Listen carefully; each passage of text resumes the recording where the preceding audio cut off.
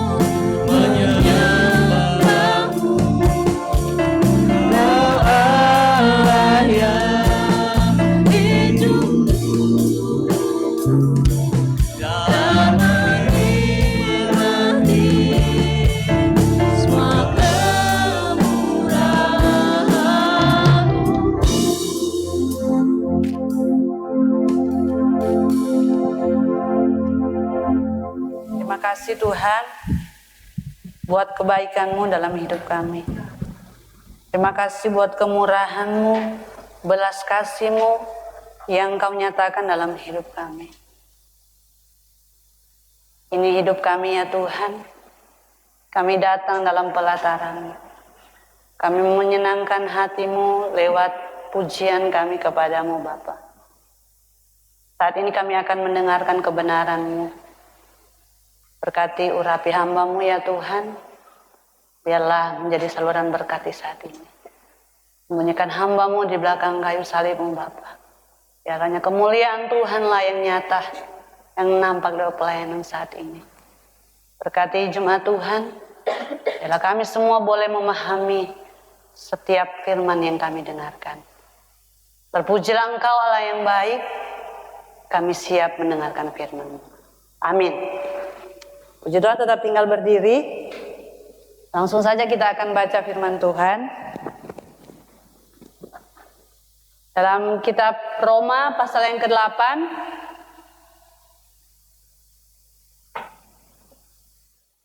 ayat 9 hingga ayat yang ke-11.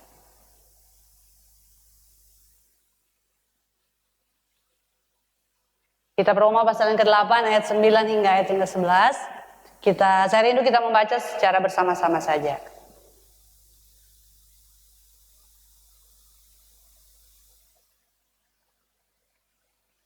Sudah mendapat? Katakan amin. Oke, puji Tuhan. Sudah mendapat. Kita akan membaca firman Tuhan 2, 3. Tetapi kamu tidak hidup dalam daging, melainkan dalam roh, jika memang roh Allah diam di dalam kamu. Tetapi jika orang tidak memiliki roh Kristus, ia bukan milik Kristus. Tetapi jika Kristus ada di dalam kamu, maka tubuh memang mati karena dosa, tetapi roh Allah adalah oleh karena kebenaran.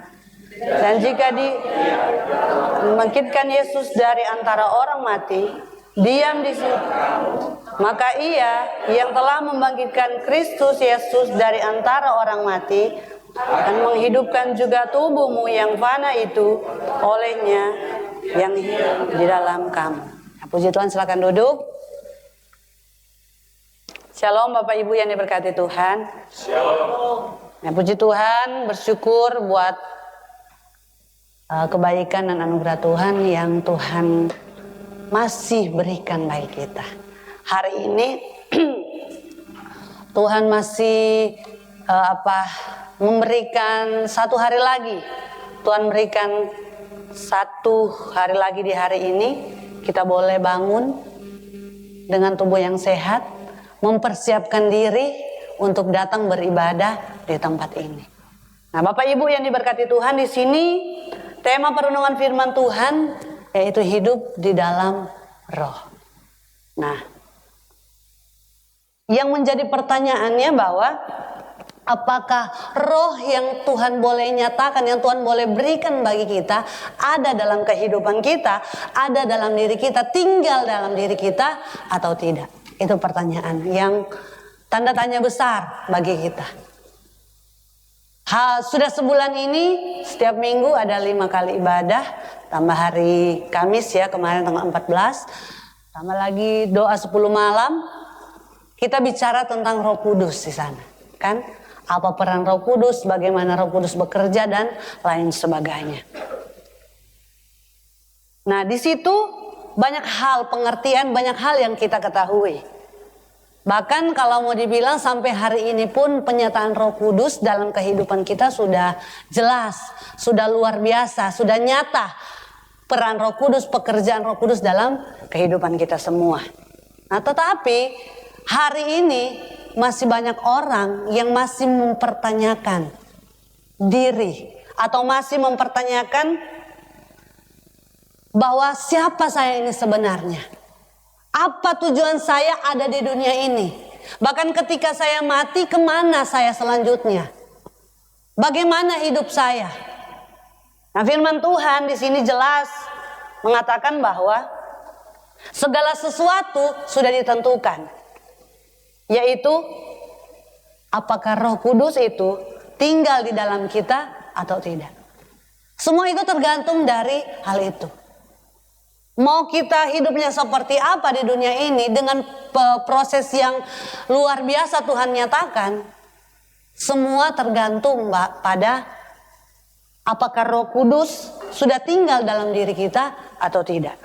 Ini bukan soal agama ini, agama ini. Ini bukan soal hidup atau mati, tapi ini bicara tentang kekekalan.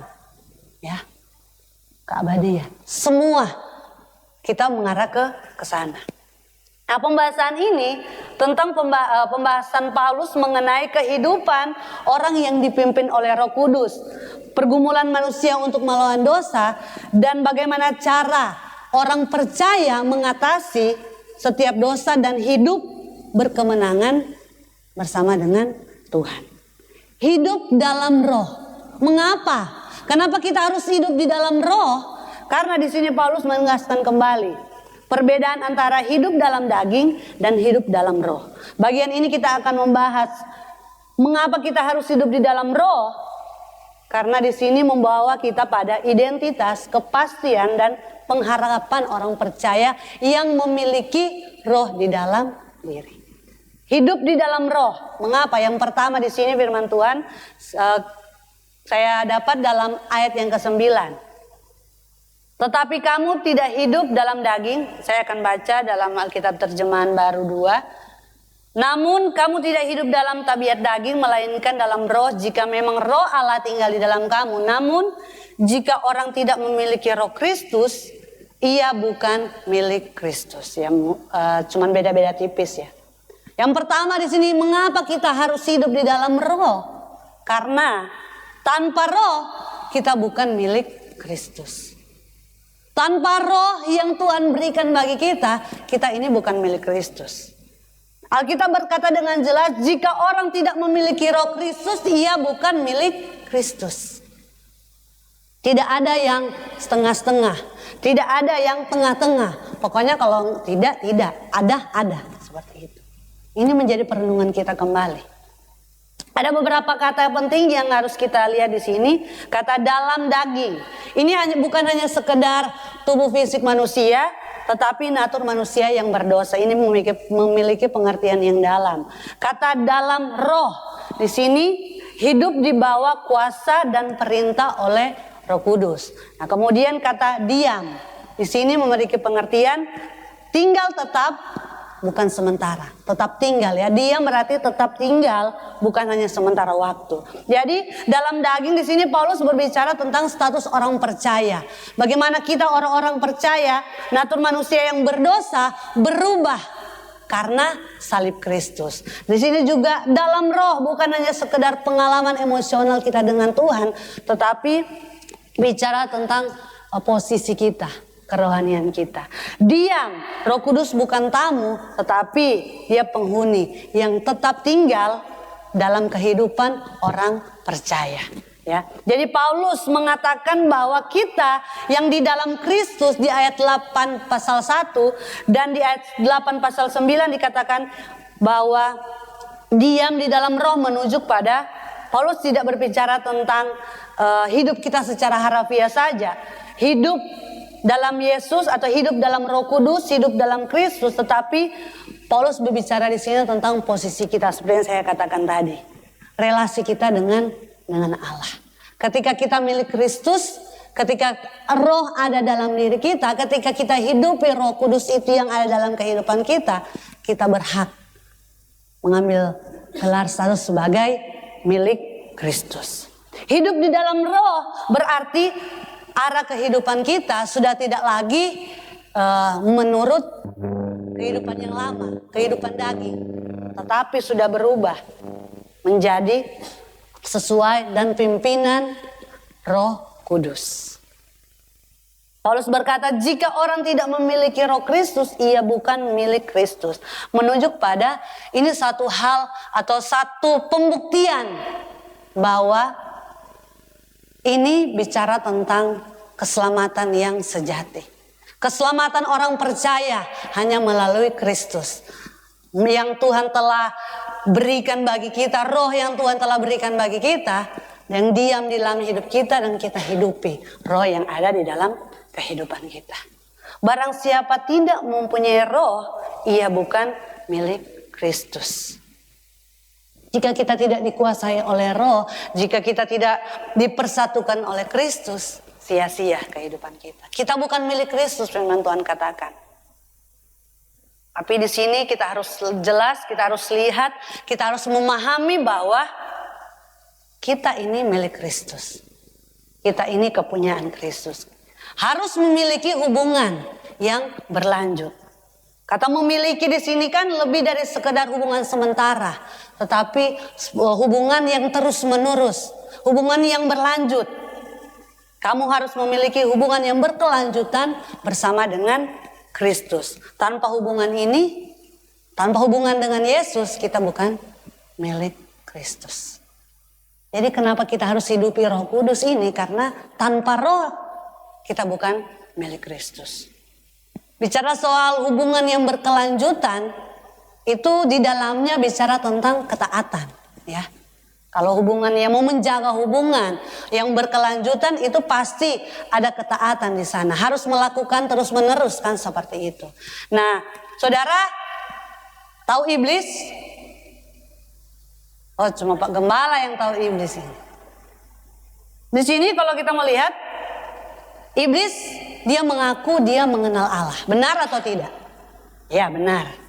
Bahkan bisa dikatakan iblis itu lebih percaya kepada Allah Tritunggal dibandingkan kita. Karena apa? Iblis itu sudah melihat sendiri. Dia sudah bertemu dengan Tuhan. Dia miliknya Tuhan sebelum dia dibuang, kan seperti itu. Karena dulu dia tinggalnya di sorga. Tapi apa yang membuat dia jadi iblis? Karena hidupnya sudah ditentukan oleh dirinya sendiri. Dia sudah mau hidup suka-sukanya dia. Sudah mulai melenceng, jadi akhirnya dia dibuang. Tidak mau taat lagi, tidak mau bangun hubungan lagi dengan Allah, sehingga dia diusir, dibuang. Jadi hati-hati. Kalau di antara kita yang sudah mulai mengatur diri sendiri, sudah mulai hidup semau-maunya kita, sesuka-sukanya kita, mau hidup seperti ini, mau hidup seperti ini, bisa dikatakan dia calon-calon seperti itu. Kita kembali ke yang tadi ya. Jadi iblis ini kenapa dia jadi seperti itu? Kenapa dia dibuang? Karena hidupnya sudah ditentukan oleh dirinya sendiri. Malaikat ketika mereka di sana, mereka hidup sesuai dengan apa yang menjadi aturannya Tuhan. Mereka mengikuti apa yang Tuhan perintahkan. Tidak ada satupun malaikat yang bisa dikatakan membangkang lah seperti itu. Jadi ketika Tuhan suruh A, mereka lakukan, B mereka lakukan. Atas perintah Tuhan lah, semua perintah Tuhan, semua tuntunan Tuhan yang mereka lakukan. Satu malaikat saja yang melakukan lebih dari apa yang Tuhan perintahkan itu bisa saja dibuang.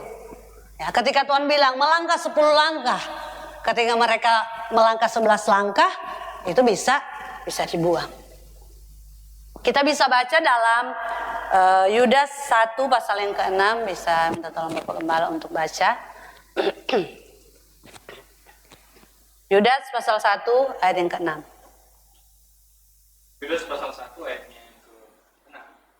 Dan bahwa ia menahan malaikat yang tidak taat pada batas-batas kekuasaan mereka, tetapi yang meninggalkan tempat kediaman mereka dengan belenggu abadi di dalam dunia kekelaman sampai penghakiman pada hari besar. Terima kasih. Ia menahan malaikat-malaikat yang tidak taat. Jadi yang tidak taat itu ada tempatnya sendiri. Jadi sekali lagi saya mau katakan, jika orang tidak memiliki Roh Kristus, ia bukan milik Kristus. Tidak ada orang Kristen yang hidup tanpa Roh Kudus. Roh Kudus itu adalah tanda kepemilikan kita oleh Allah. Ya. Jadi bagaimana kita katakan saya orang Kristen tapi kehidupan tidak sesuai, bisa dipertanyakan. Kan seperti itu. Tidak memiliki Roh Kristus, dia bukan milik Kristus. Saya pelayanan loh, Pak, Bu. Tidak. Kamu bukan milik Kristus. Saya khotbah, saya jemaat Tuhan yang setia, saya memberi. Tapi apa? Kehidupannya tidak sesuai, belum tentu dia milik Kristus. Kalau kita memiliki Roh Kristus, berarti kita menghidupi buah-buah roh dalam kehidupan kita. Ini yang saya takuti ketika kita sudah diberikan roh, tetapi kita tidak menghidupi roh yang ada di dalam diri kita. Buah-buah roh, tahu kan Bapak Ibu? Tahu apa tidak? Oke. Ada berapa buah-buah roh? Oke. Puji Tuhan. Tahu ternyata. Buah-buah roh. Ketika Tuhan katakan ini 9 buah-buah roh ini. Ada apa saja?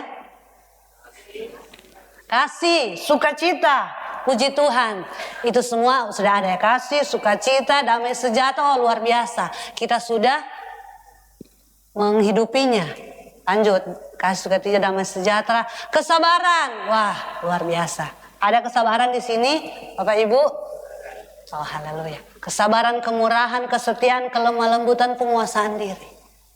Harus kita hidupi. Seperti yang Saudari Cia katakan waktu doa 10 malam, itu kayak katanya satu kan. Kalau tidak dibuat salah satunya, percuma. Jadi, kita ini milik Allah. Harus hidupi roh di dalam hidup kita. Jangan main-main bicara tentang hidup di dalam roh. Jika memang betul roh Allah ada dalam diri kita pasti tidak akan hidup di dalam daging. Meskipun seringkali jatuh bangun, melakukan hal-hal yang berbau dosa, tapi kita harus ingat, kita harus hidupi roh yang ada di dalam diri kita. Roh yang ada dalam diri kita itu jaminan yang Tuhan berikan. Kalau kehidupan kita sehari-hari berjalan dengan tuntunan Roh Kudus, berjalan dengan dipimpin oleh Roh Kudus, wah luar biasa. Mungkin rumah tangga, keluarga, pekerjaan kita penuh dengan sukacita, damai sejahtera. Yang Tuhan boleh nyatakan dalam kehidupan kita semua. Bapak Ibu yang diberkati Tuhan, yang pertama di sini firman Tuhan katakan. Mengapa kita harus hidup di dalam roh? Karena tanpa roh, karena roh kita jadi milik Kristus. Kekristenan bukan hanya kehadiran kita di gereja, bukan hanya rajin dalam beribadah, tetapi kehadiran roh yang ada di dalam diri kita. Kita bisa terlihat rohani, tetapi diri kita mungkin Roh Kudus belum kita hidupi. Kembali firman Tuhan ingatkan bagi kita. Apakah hidup Anda telah diubahkan oleh Roh Kudus atau belum? Sejauh mana Roh Kudus menuntun kehidupan kita sampai hari ini? Sudah sejauh mana kita membiarkan Roh Kudus hidup dalam kehidupan kita? Kita harus jawab dalam hati, kita renungkan kepada Tuhan. Yang kedua, hidup dalam roh. Mengapa? Karena Roh Kudus kita memiliki hidup baru. Tubuh mati tetapi roh memberi kehidupan. Kita baca dalam ayat yang ke-10. Namun jika Kristus di dalam kamu, tubuh memang mati karena dosa, tetapi roh adalah kehidupan oleh karena kebenaran. Ada beberapa kata penting di sini. Tubuh mati di sini bicara tentang tubuh yang fana, yang tunduk kepada kematian. Roh dalam kehidupan di sini manusia batinia yang dihidupkan oleh roh. Dan kebenaran di sini bicara soal pembenaran oleh iman di dalam Kristus. Nah, di sini memiliki pengertian bahwa tubuh masih berada dalam pengaruh dosa kan, karena akibat dari dosa dan hal yang sebagainya. Itu bicara tentang kematian ya. Tubuh masih berada dalam pengaruh akibat dosa, kita bisa mati. Tetapi roh sudah menerima kehidupan. Kita telah menerima roh oleh karena pembenaran itu sendiri. Tubuh memang mati karena dosa, di situ kan di ayat yang ke-10. Itu akibat dari kejatuhan manusia di pasal 5 di situ kan. Tetapi secara fisik tubuh memang menua. Tubuh bisa lemah dan bisa meninggal. Tetapi hidup oleh roh. Roh itu tidak pernah padam. Roh itu akan tetap terus hidup dalam kehidupan kita. Ada kata-kata tetapi roh adalah kehidupan oleh karena kebenaran. Di sini kita boleh melihat ada, bisa dikatakan ada dua sisi di sini. Sisi fisik tubuh kita dan sisi rohani. Rasul Paulus membuat perbandingan di sini.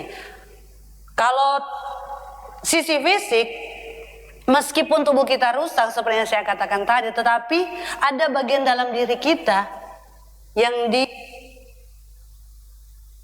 meskipun tubuh kita mati,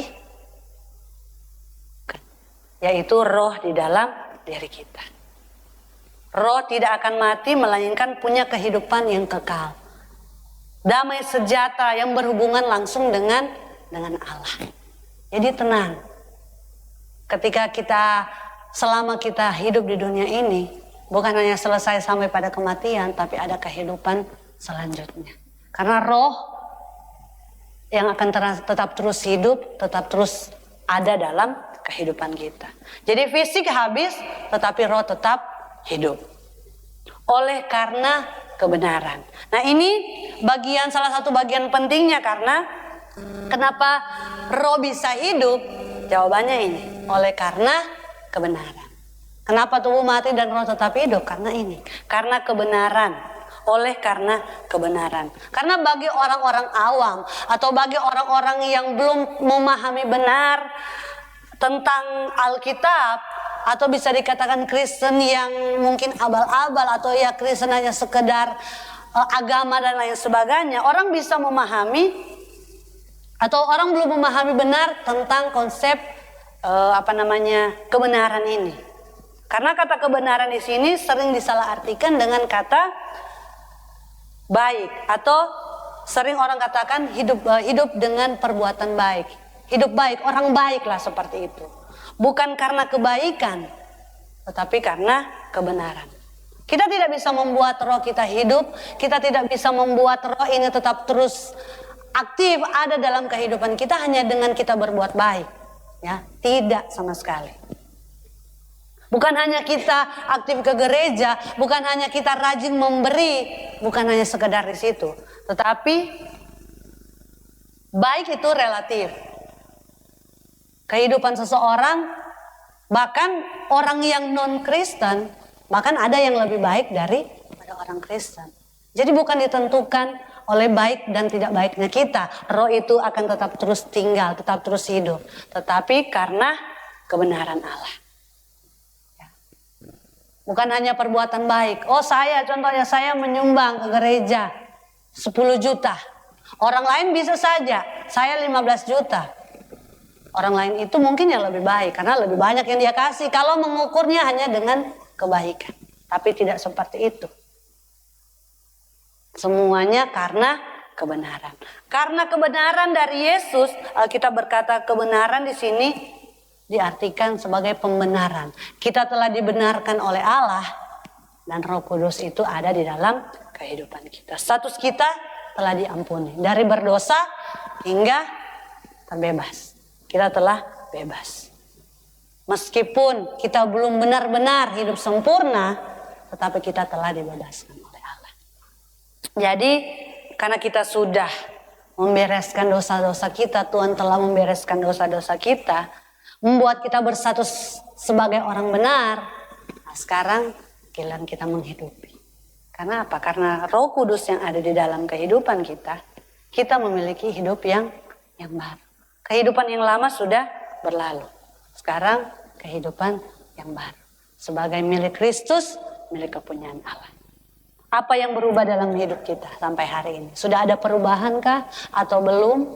Sudah ada hal-hal yang berprogres yang kita lakukan dalam Tuhan, dalam Roh Kudus yang bekerja ada dalam kehidupan kita atau tidak? Hiduplah oleh Roh, karena kita sudah hidup baru di dalam Tuhan. Tubuh memang akan mati, tetapi Roh memberikan kita kehidupan yang kekal. Yang terakhir, yang ketiga, hidup di dalam Roh. Kenapa? Karena Roh Kudus memberi jaminan hidup kekal. Luar biasa. Kita baca dalam ayat yang ke-11.